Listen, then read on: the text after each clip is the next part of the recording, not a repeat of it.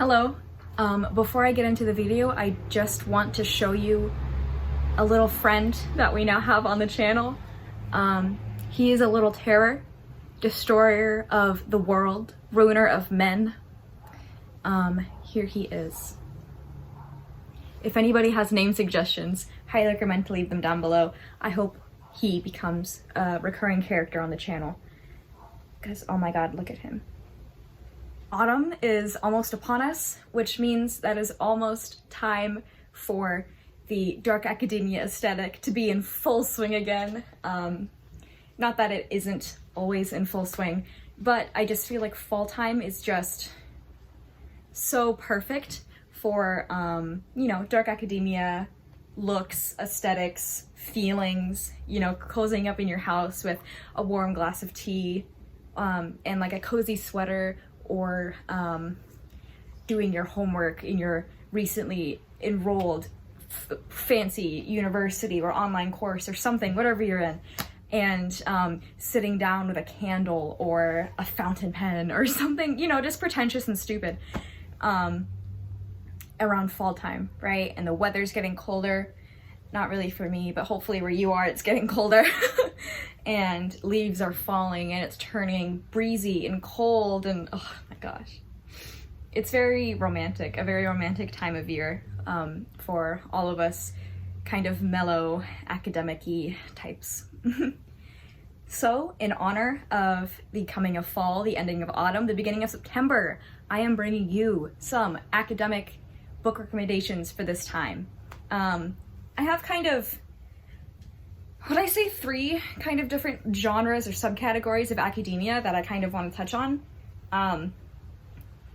Academia is such a broad term that honestly you can probably argue your way into anything being academic, right?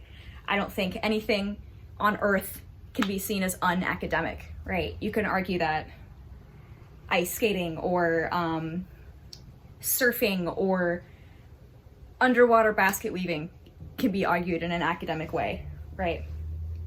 So, just prefacing, whatever you want to be academic, however you want to do academia, awesome.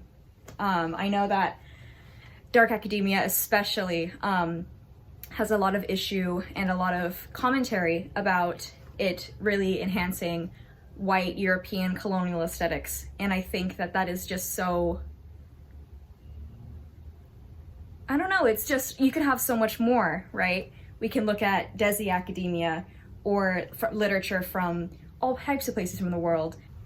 We could do so much better than just imperialistic countries, right? So I highly encourage everybody to kind of look outside the scope of what they see often or what they know, especially if you go on sites like Pinterest or Tumblr that, again, circulate these very repetitive images. I'm sure you've seen them, right? I can even put some up. These very repetitive Eurocentric images that I just think are, you know, it does a disservice to worldwide academia. But before we get into that, that was a whole long tangent. Again, I have about like three subgenres of academia. We have dark academia, like your classic kind of what you see on Tumblr, whatever. Whenever you ask somebody what they think of academia, they probably think of dark academia first, just because it's so popular. I also have some chaotic academia picks, which is my favorite brand of academia. And I also have a few little romantic academia picks peppered in there. Less familiar on that one. I don't really subscribe to a lot of romantic academia type aesthetics, lifestyle, whatever, right? Much more centered on chaotic academia, but whatever, it's like all the same thing, really. Whatever you subscribe to, awesome. I hope I have some cool books for you. All right, so I don't think you can even know what dark academia is without knowing like the works of Donna Tartt. So obviously The Goldfinch, great recommendation. The Secret History, also by Donna Tartt, great recommendation. But I feel like those are pretty like self-explanatory. Your first step in the door, you're probably gonna know who Donna Tartt is, right? Same thing with ML Rio's If We Were Villains. All those books, I think they're great picks. They're fun reads, but they're pretty like step in the door just finding out about what dark academia is or what academia in general is, and you see those 3 books or these 3 recommendations.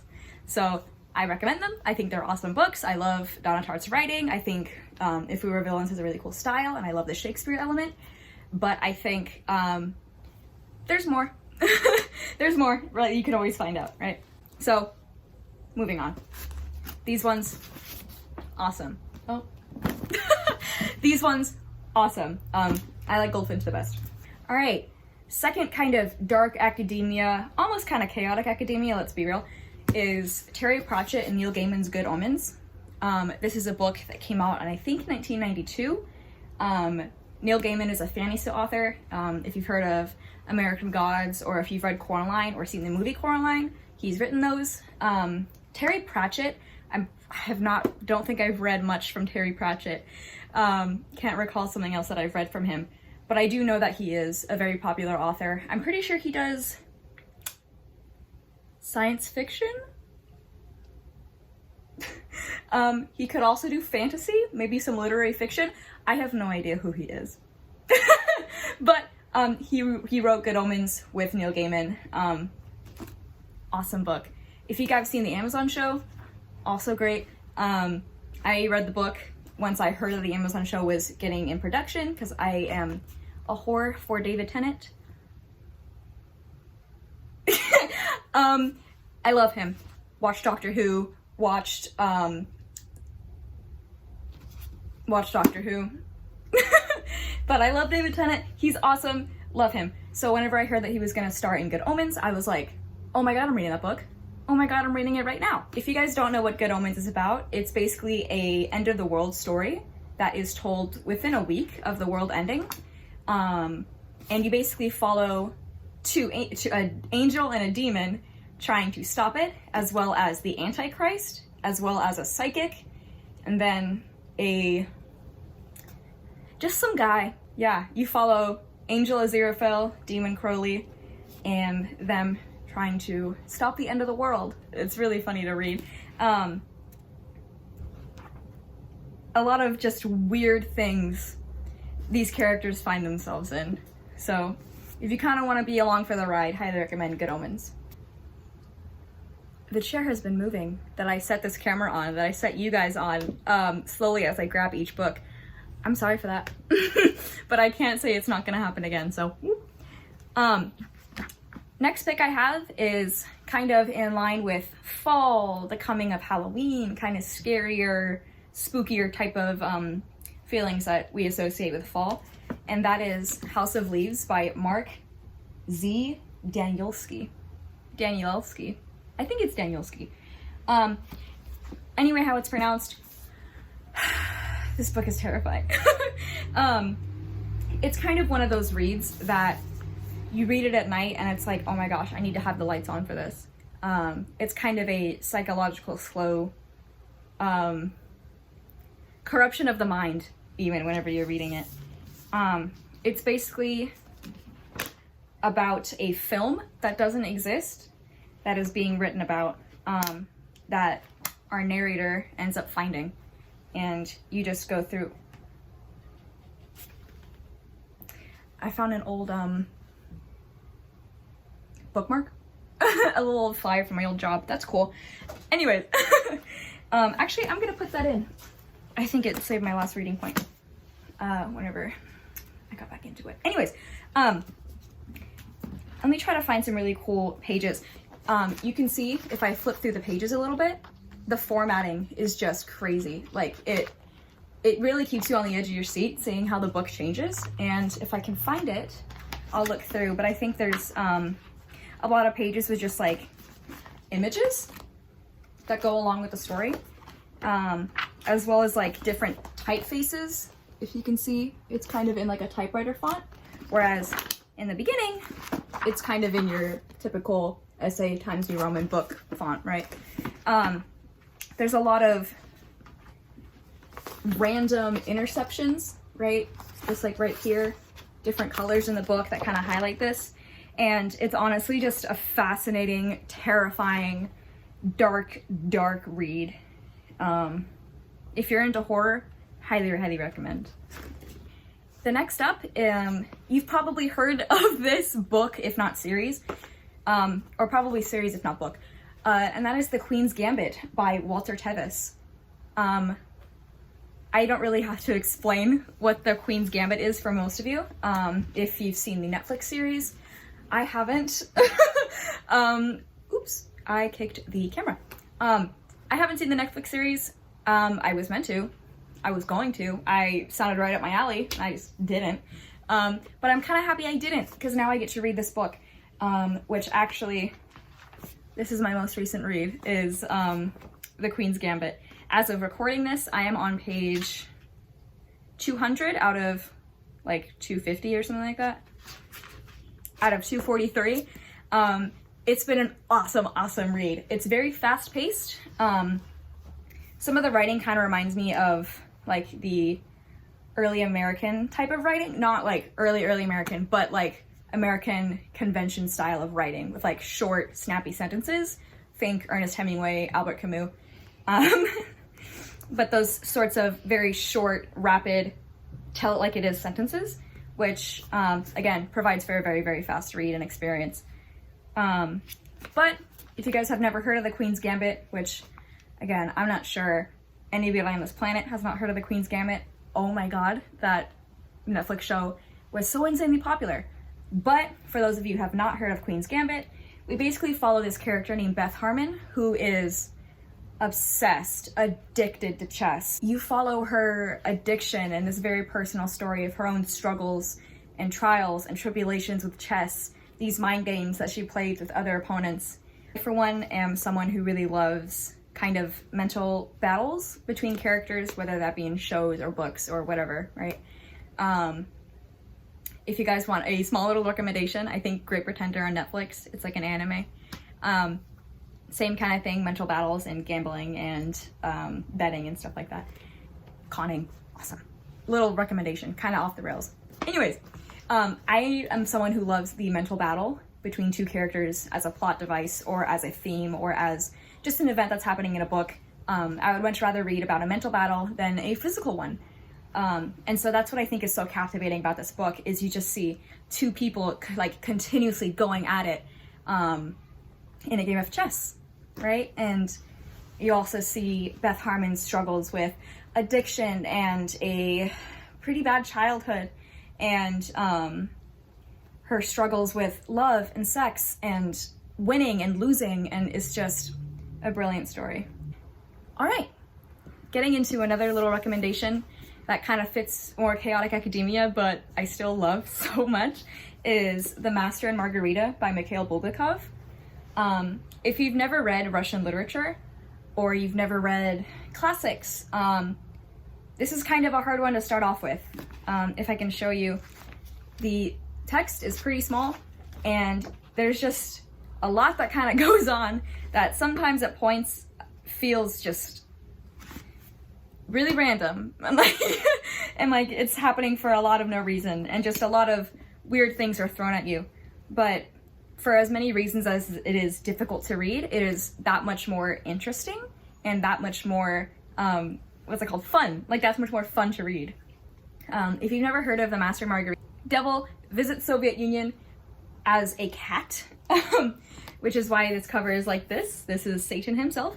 As anyone with a little kitten right now would know, they are little devils. We love them. Just as hopefully you love Satan in this book. But highly recommend. It's just a whole whirlwind of hijinks. Thinking about this now, I probably should have ordered these a little bit better, but oh well, maybe we'll save them in editing and maybe we won't. Kind of keeping along the scary, classic type of vibe that we're going for is Frankenstein by Mary Shelley. If you go to an American school, you've probably read Frankenstein by Mary Shelley. At least I did in high school. If you haven't read it, I highly recommend. The writing is just beautiful. And I think the actual history of the author herself, Mary Shelley, is very interesting. If you guys don't know, actually, little tidbit, Mary Shelley was actually daughter to Mary Wollstonecraft, who was a very devout feminist in her time, around like 1800s-ish. And you can kind of read those little hints of kind of those feministic qualities that were given to her by her mother. Even the fact that Mary Shelley was able to write a book and it be so successful in her time goes to show how important her relationship to her mother was, which, cool little tidbit. If you guys have never heard of Frankenstein, it's basically a tribute to madness, is best how I can put it. You follow scientist Victor Frankenstein, not the monster, as he kind of descends down this dark path and he creates a monster. Or is he the monster that is created, right? There's a lot of talk about nature versus nurture in this. There's a lot of talk about who is the real monster, stuff like that. It's just a magical read. It is one of those ones that you kind of have to pay attention, because my copy is very marked up as I got it secondhand from somebody else. But I kind of love that, so it's okay. It is very, very beautifully written. Mary Shelley just did. I mean, I don't have to be the first one to say it, right? I'm not the first one to say it. Mary Shelley, pretty good author, pretty good writing in this book. It's not, if you're looking for a horror classic or a very scary experience, you're not gonna get it reading Frankenstein, at least I didn't. It's more of like a character study, I would say, and just watching somebody else go down the path of madness and make kind of the wrong decisions. But if you're interested in that and you're like, oh, hell yeah, I still want to read Frankenstein, even after I watched the old movie or I kind of know the pop culture references, very worthwhile read. Very, very worthwhile read. Now I'm just going to do my quick little romantic academia type recommendations. Again, I don't do a lot of romantic academic dabbling, right? But whenever I imagine romantic academia, I imagine a lot of like soft poetry about love and yearning and just very soft, pleasant feelings like that. Kind of things that I maybe associate with spring. That kind of vibe, right? The kind of like sunlight, beautiful, slow mornings, slowly brewing your tea, lipstick kisses on notes, stuff like that, you know? Very romantic ideas. But one thing that I definitely associate with romantic academia is poetry. So I have just a few poetry recommendations here. If you've seen my last few videos, you know that I love Khalil Gibran. And so I highly recommend 2 books from him. Honestly, I recommend all of them. They're, oh God, like, oh my God, his writing is awesome. But highly recommend The Prophet by Khalil Gibran. I think this is the one that most people read first time around from Gibran, just because I'm pretty sure it's the most well-known. And like, guys, like, look at that cover. Like, look at that cover. It's like beautiful with that orange foiling, and like, at least with this edition, it has his paintings in there, and then it also has all the text in blue, and also a foreword by Rupi Kaur if you are into her. Maybe you can see how this book kind of influences her writing and her way of life. Very interesting. But if you guys don't know what The Prophet is about, it's basically about a prophet who comes down to the city of Orphalese and basically talks to the people of a number of different kind of life lessons or topics in life, such as marriage, love, like romantic academia likes to talk about, marriage, love, youth, growing old, old age, death, food, just, you know, anything under the sun. I can flip to one right now and probably tell you what it's about. Right? This one is about, speak to us of beauty. So just many different topics. I would probably categorize Gibran's writings, at least the ones I've read, kind of under philosophy as well. If you ever pick up one of his books, you'll kind of see the running themes that he has about how somebody should view the world, how somebody should live, stuff like that. I mean, come on, it's kind of what The Prophet is all about, is just telling people his own morals, and kind of rules of living. Not in a kind of, he's not kind of scolding you or telling you like, you have to be this way and you have to do this and this and this and this, but more open-ended, philosophical views on life. One at least that I've marked that I really like is when he talks about how you should be able to give to people kind of uncaringly of who they are. Not uncaringly, but kind of, you should be able to give somebody kindness or love.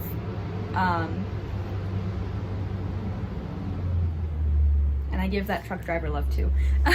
You should be able to give somebody kindness or love or your patience the way that a tree gives fruit, right? It does not pick and choose who it gives its fruit to. It just, everyone is welcome to eat. And it's beautiful. I love Gibran. Second recommendation from Khalil Gibran is The Voice and the Master. Kind of similar to The Prophet in the way that it's just a lot of a philosophical kind of discussion, but I honestly think that the writing in this is just so beautiful. I got this from the last bookstore in LA, so it is kind of beat up, but I honestly love that about used bookstores. And there are already some if I can find one, there are already some little marks made from the previous owner of this book. Here's one. You can see, oh, no you can't. Here's some little marks made by the last owner. Just in that blue pen. There's another page where I think there's coffee spilled on like the spread, which I love that, man. I love that. I love when you can just tell a book has been loved and used and read. There you can kind of see the last owner was just enjoying their coffee and also reading some brilliant literature. And I love that for them. And I love that I also get to read it now. And I hope that you guys also get to read some beautiful literature with your coffee or tea or water if you want. Next up I recommend is Rainer Maria Rilke, which, oh my gosh. Rilke is a poet, German poet, wrote all of his poems in German.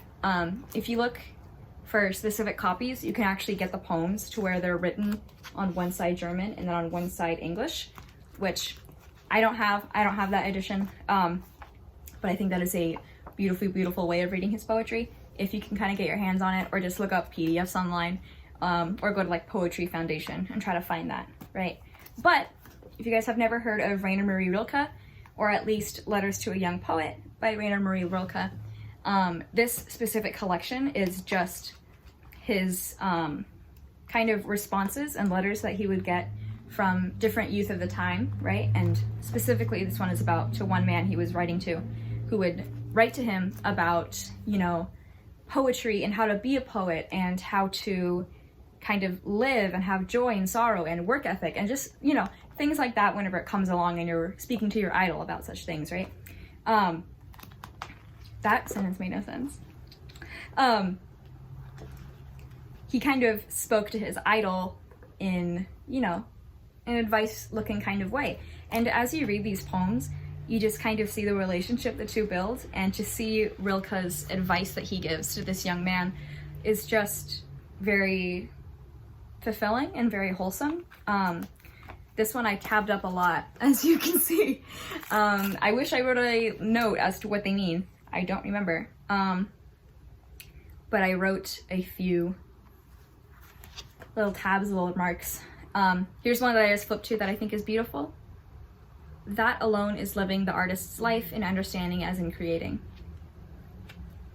Being an artist means not reckoning and counting, but ripening like the tree which does not force its sap and stands confident in the storms of spring without the fear that after them may come no summer.